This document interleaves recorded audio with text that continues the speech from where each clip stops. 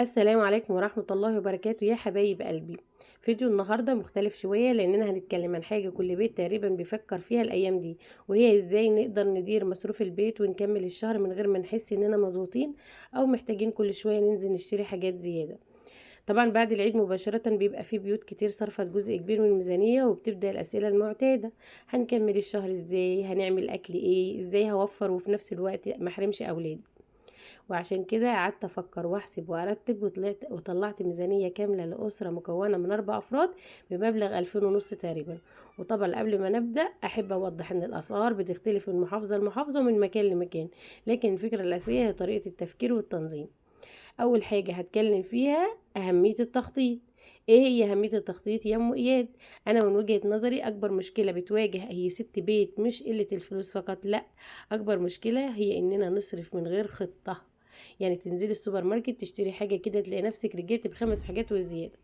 طبعا يا بنات علشان انا ماشيه على خطه معينه، والله انا ما بحسب لهاش، بس هي الخطه كده جايه تلقائيه لنفسها، لان انا ماشيه على النظام ده بقالي اكتر من 8 سنين. بنزل باخد مصروفي واجيب خضاري والبقوليات وكل حاجه تكفيني 15 يوم، بجد الحاجات بتكفيني 15 يوم.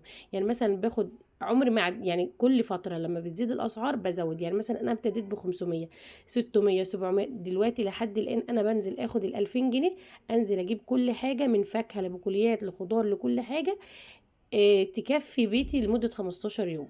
تمام. طبعا عايزه اقول لكم، طبعا لما تنزلي السوبر ماركت تشتري حاجه تلاقي نفسك رجعتي ب5 حاجات زياده. طبعا تدخلي محل خضار عشان الطماطم ترجعي بكيس مليان حاجات ما كانتش في الحسبان. لكن لو مشيتي على خطه زيي، انا مش مخططه لها، هي من كتر ما انا متعوده عليها وبنزل اجيب خضاري بالطريقه دي، فانا اتعودت خلاص، انا عارفه البيت بيتي بيكفيه 15 يوم، ده بيكفيه مبلغ قد ايه. فانا بديكوا الفكره بس. وبعد اسبوع طبعا تلاقي نص الميزانيه اختفت من كتر ما انت بتنزلي بقى تعملي كده. لكن انت لو مشيتي على طريقتي يعني مش هتلاقي هدر في الفلوس. عشان كده التخطيط بيفرق جدا يا بنات. لما ابقى عارفه هطبخ ايه وهشتري ايه وهحتاج ايه خلال الشهر، نسبه الهدر بتقل جدا في البيت وفي المشتريات وكمان في الفلوس. بعد دي الخطه. يبقى اول حاجه لازم خطه مدروسه كده بينك وبين نفسك، مش شرط انا انا خلاص الخطه اللي جوايا انا بعملها، انا خلاص خدت على كده. انت مش عارفه تمشي نفسك، خلاص اعملي خطه لكل اسبوع او كل اسبوعين حسب ما انت بتشتري الخضار بتاعك. طبعا بعد كده تقسيمه المشتريات. اول حاجه بدات بالبقوليات والنشويات لان ديت اساس اي بيت، زي الرز والشعريه والمكرونه، لان الحاجات دي بتدخل في عشرات الوصفات وبتشبع وبتساعدك تعملي اكله محترمه باقل تكلفه.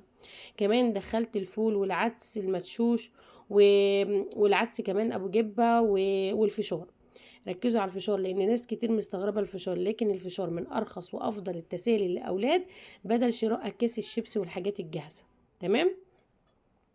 و... صحي يا بنات. بعد كده البروتينات. تمام. بعد كده دخلت على البروتين، وده الجزء اللي بيستنزف اكبر جزء من الميزانيه طبعا. فبدل ما نعتمد على نوع واحد فقط، لا، نوعنا بين الفراخ واللحمه المفرومه والبيض والكبد والقانص والسمك. دي كلها بروتينات، مش لازم ناكل الاسبوع كله فراخ والاسبوع كله لحمه، لا، دي اهم حاجه انك تاكلي بروتين، والبروتين بيتنوع في كذا حاجه زي الفراخ واللحمه المفرومه والبيض والكبد والقانص والسمك، لان التنوع بيساعد جدا في التحكم في التكلفه. تمام. وانك ما تزهقيش، يعني ما تمشيش على رتم معين في الاكل فتزهقي.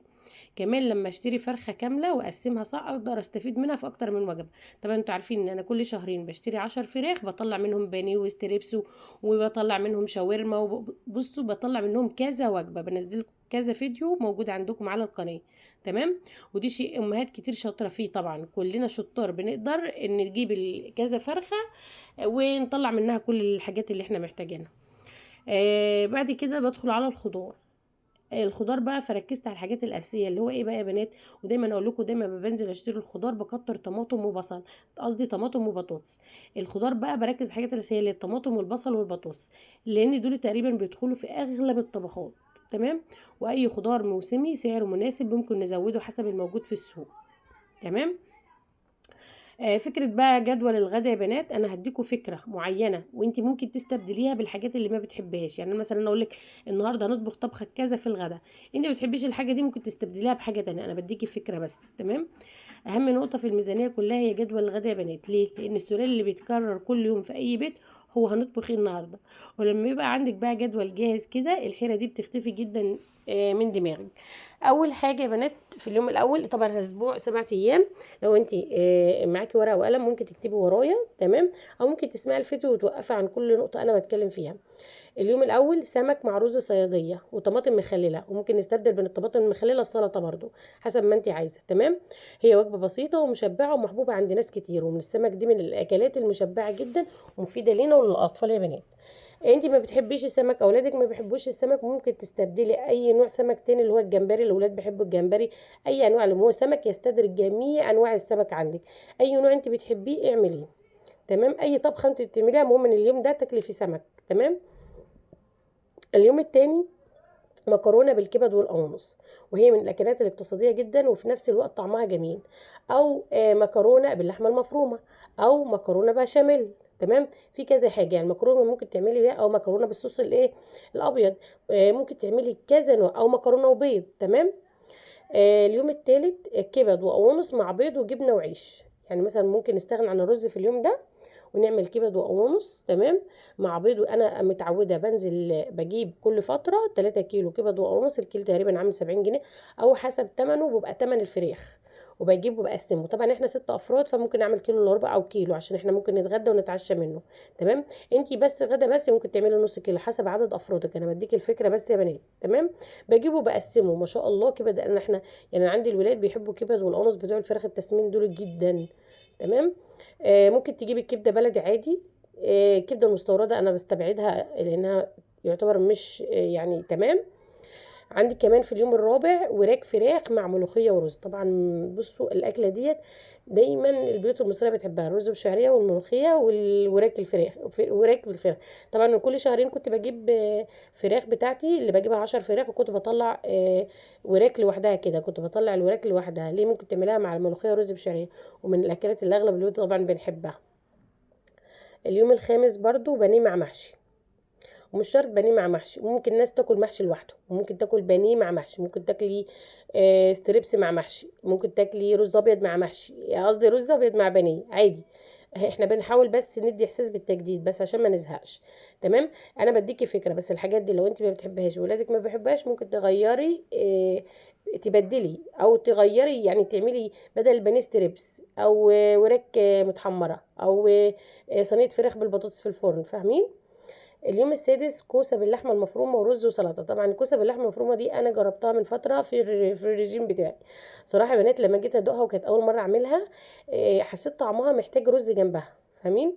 يعني هي حلوه، كوسه باللحمه المفرومه حلوه، هي تتاكل برز جنبها جميله جدا. يبقى انت هتعملي كوسه باللحمه المفرومه ورز وسلطه، تمام.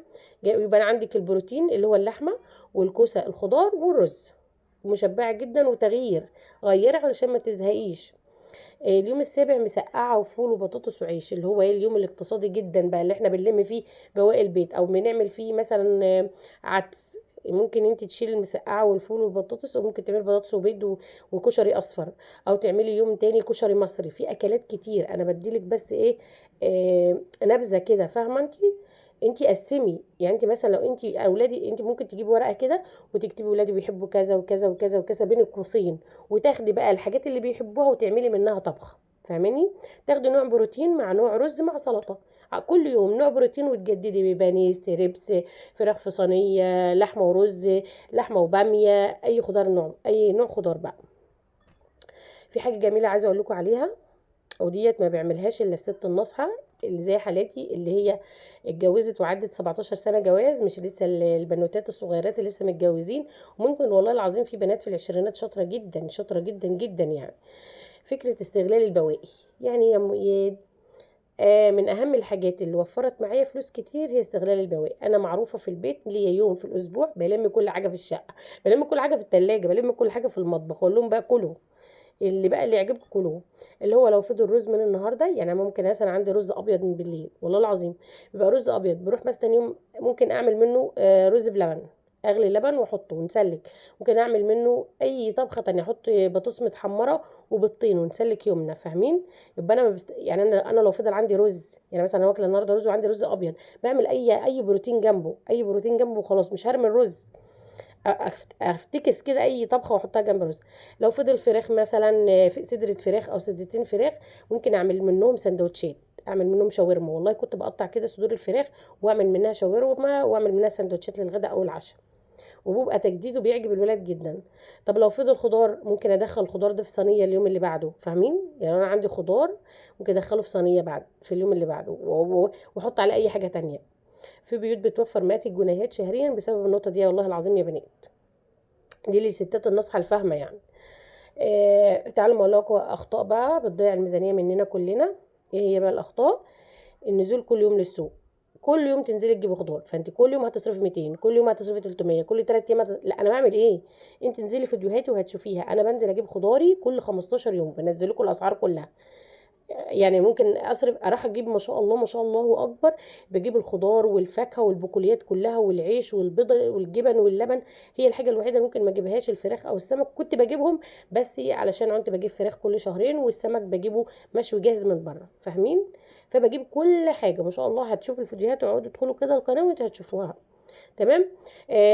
شراء العصائر الجاهزه. اللي انت تشتري عصير جاهز ليه؟ اولا غير صحي، ثانيا عليه مواد مصنعه غلط للاطفال. اعملي عصير من الفواكه اللي انت بتشتريها في البيت، هاتي فراوله وخزنيه، هاتي الحاجات دي هتوفر عليكي كتير جدا وبتبقى رخيصه. شراء التسالي بشكل يومي. وانا ليه اشتري هو بس كل 3 ايام اشتري نوع من اللب مع الفشار اللي انا مش بشتريه بعمله في البيت؟ اعملي اكل صحي اكتر في البيت، بتوفري من ناحيه ومن ناحيه انت بتاكلي ولادك اكل صحي. ارمي الاكل المتبقي عندي. انا لو انا عندي اكل متبقي وحلو، انا ممكن اسخنه في الميكرويف واطلعه صدقه عن بيتي واهل بيتي واولادي، يا اما انا استغله زي ما انا قلت لكم. تمام. دي حاجه بتضيع جدا في الميزانيه. شراء حاجات لمجرد انها عليها عرض. انا عندي حاجه مش هستخدمها مش حباها، بس مجرد انها عرض عليها اشتريها، يعني اركنها في البيت واخسر عليها فلوس؟ لا، لو هي حاجه مهمه جدا وانا بستهلكها اشتريها، مش اي حاجه عليها عرض اشتريها وخلاص يا بنات. نصائح من قلبي بقى ليكوا: اعملي قائمه قبل نزول السوق. تمام. حددي مبلغ معين وما تزوديش عليه خالص. اشتري. زودي امتى؟ لما يكون في زياده. طبعا جت فتره الطماطم كانت معديه جدا، فدي ممكن تزودي علشان انت، ان انا بنزل مثلا كل 15 يوم هجيب، لازم اجيب 7 8 كيلو طماطم، فالكيلو طماطم كان ب 10 دلوقتي وصل 50، فانا اكيد هزود فلوس عشان اقدر اجيب ال 8 كيلو اللي انا متعوده عليهم، فاهمين؟ اشتري الاحتياجات الاساسيه اولا، يعني دايما ابتدي بالاساسي، بعد كده ايه اشتري الحاجات اللي هي ايه مش اساسيه في الاستخدام. استفيدي من العروض الحقيقيه فقط. يعني ايه حقيقيه؟ الحاجات اللي انا عارفه ان انا هستفاد منها، مش اي عرض وخلاص هشتريه. تمام. رساله لكل ام: عارفه ان الظروف صعبه على ناس كتير يا بنات، وعارفه ان في امهات بتشيل هم كل جنيه بيتصرف، لكن صدقيني التنظيم بيفرق جدا، ومش لازم تكون الميزانيه كبيره عشان البيت يمشي كويس. احيانا حسن التدبير اهم من حجم المبلغ نفسه. وربنا يبارك لكل ام بتتعب وتفكر وتخطط عشان بيتها واولادها. في نقطه برضو عايزه اتكلم فيها، اللي هو حسن التدبير اهم من حجم المبلغ نفسه. ممكن واحده تكون معاها 2000 جنيه وواحده معاها 2000 جنيه، ودي عندها 6 افراد ودي عندها 6 افراد، دي هيكفيها ال 2000 جنيه خلال 15 يوم، ودي مش هيكفيها ال 2000 جنيه 15 يوم.